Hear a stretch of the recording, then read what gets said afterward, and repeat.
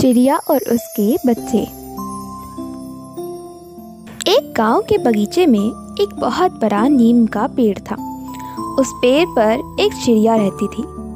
वहां उसने एक घोंसला बनाया और कुछ दिनों बाद उसमें अंडे दिए। थोड़े दिनों बाद उन अंडों से चूजे निकले। ये देखकर चिड़िया बहुत खुश हुई। अब हर रोज़ चिड़िया अपने बच्चों के लिए खाना ढूंढने जाती और शाम होते ही वापस अपने घोंसले में आ जाती।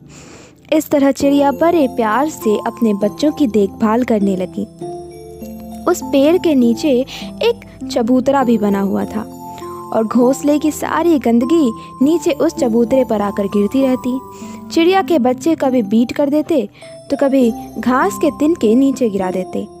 इससे सारा चबूतरा गंदगी और कचरे से भर जाता। एक दिन अचानक बगीचे का मालिक वहां आया और उसने देखा कि चबूतरा तो बहुत ज़्यादा गंदा हो गया है।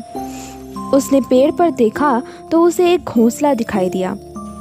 ये देखकर बगीचे का मालिक बहुत नाराज़ हुआ। उसने अपने नौकर को बुलाया और उसे घोंसला हटाने की बात कहकर वहाँ से चला गया। इधर चिड़िया के बच्चे ये देखकर बहुत ज़्यादा डर गए और ये बात उन्होंने शाम को अपनी माँ को बताई। तो चिड़िया ने कहा, डरो मत बच्चों, मौत से रहो।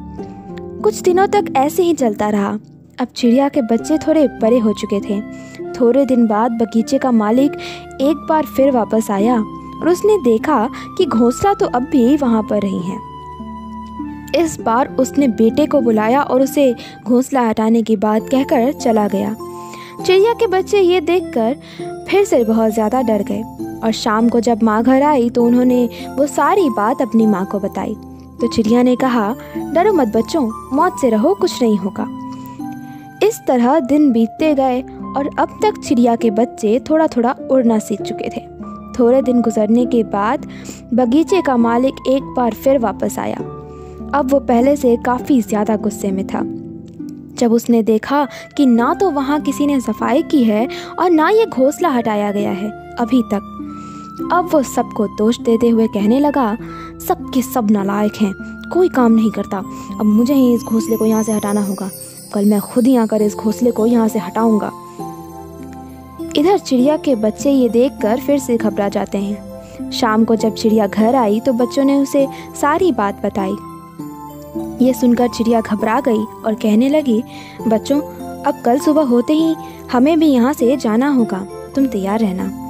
और अगले दिन सुबह होते ही चिड़िया अपने बच्चों को साथ लेकर उड़ गई। इधर बच्चे ये सोचते हुए उड़ रहे थे कि माँ ने आज ही चलने को क्यों कहा, पहले क्यों नहीं।